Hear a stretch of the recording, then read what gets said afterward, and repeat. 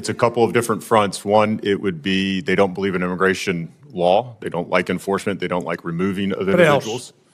And they believe that there are some that believe that anyone and everyone should be able to come to the U.S., whether they apply for protections under U.S. law or not. And then there's some probably that would like to see more voters in the U.S. as well. Ms. Vaughn, some of my colleagues, for whom I have great respect, believe that the 10th Amendment allows local governments to ignore federal immigration law and implement sanctuary policy. The Supreme Court has ruled that racial quotas represent a pernicious form of racial discrimination. Can local governments ignore that ruling under the 10th Amendment? Well, the 10th Amendment is about... Can just answer my question, please, ma'am. The 10th Amendment is about commandeering, and so it's not really appropriate to this because... Is the answer yes or no, ma'am? Could you ask me again? Because I don't understand the relevance to... I'm sorry, I don't... Because ICE is not asking them Secretary Wolf, you heard my question. Under the guise of the 10th Amendment, can local governments ignore a Supreme Court ruling? I don't believe they can. Okay.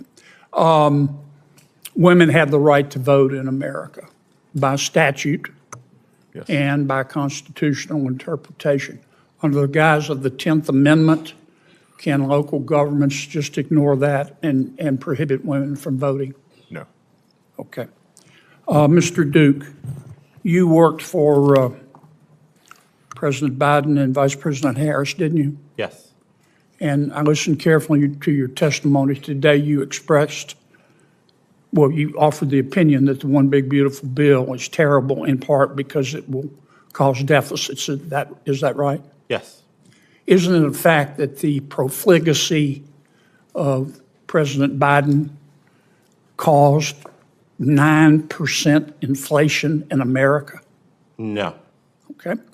Isn't it a fact that if President Biden had discovered life on Mars when he was president, he would have immediately sent it money? I don't believe so. Oh, you don't? Okay. Well, I appreciate your newly found fiscal conservatism. Mr. Beer, you seem to be a very smart guy, and you seem to be a nice enough guy. Thank you, Senator. You seem smart as well. Jack. Don't. That was the chairman, not me. Don't you think your hyperbolic statements undermine your credibility?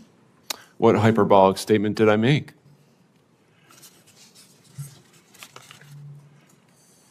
On February the 11th, 2026, you posted on Bluesky,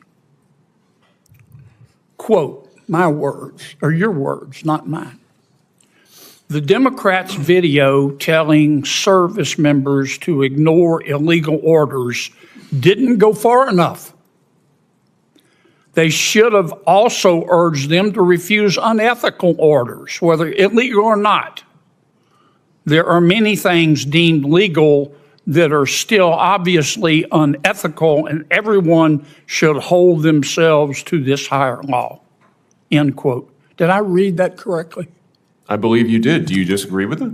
You think people should do unethical things in their capacity? On December the 31st of 2025, you posted in front of God. But wait. Do you disagree with what I said? Let me finish my question. I'm sorry. Answer it, sir. Sure.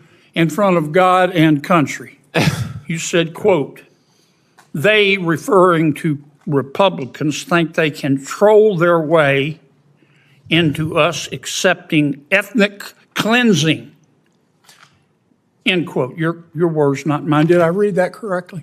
That was in regard to a Department of Homeland Security post about advocating 100 million deportations.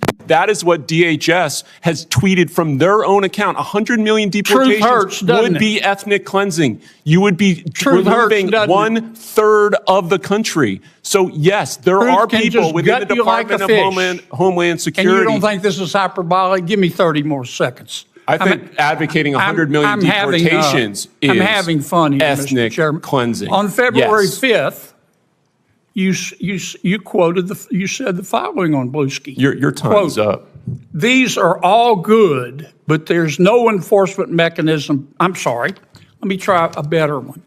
On March 2nd, you said, quote, if you rule against Trump's population purge agenda, no hyperbole there, the nativists will name you, threaten you, and come after you. These judges are much braver than the ICE agents who hide behind masks while violating the Constitution. They are much braver. They put their names on their rulings and they stand behind their constitutional rulings. When I talk about population purge, I'm talking about the fact that they're trying to deport U.S.-born citizens, people born here. They are trying to deport them as well. So it's not a mass deportation agenda. It is also an agenda intended to reduce the population of the United States, including U.S.-born people. Thank you. These are not hyperbolic statements. I appreciate you reading my account. I appreciate Here's your the good research. news. What planet did you just, wait a minute, Mr. Chairman, what planet did you just parachute in from? No. Hey, guys.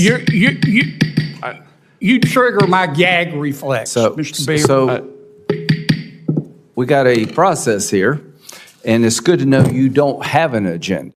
Here's what the media won't tell you. Kennedy came to that hearing with a stack of Blue Sky posts, every one of them written by David Beer of the Cato Institute. And he read them back one by one while Beer tried to explain why none of them were hyperbolic. First, the ethnic cleansing post. Kennedy read from December 2025. Republicans think they can troll their way into us accepting ethnic cleansing. Kennedy asked if he read it correctly.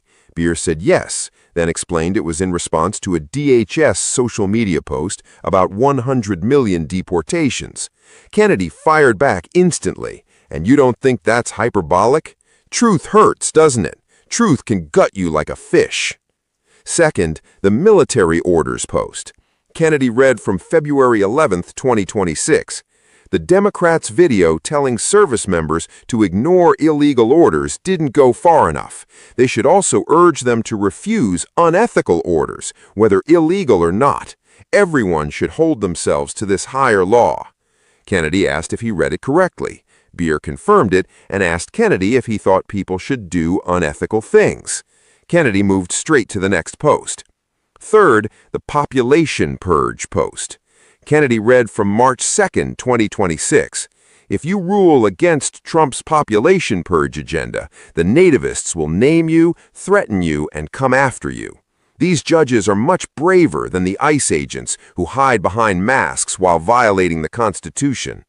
Kennedy paused after population purge and said, no hyperbole there. Beer defended it, said he was talking about the fact that the administration is trying to deport U.S.-born citizens, people born here on American soil. Kennedy said the line that closed the entire hearing. What planet did you just parachute in from?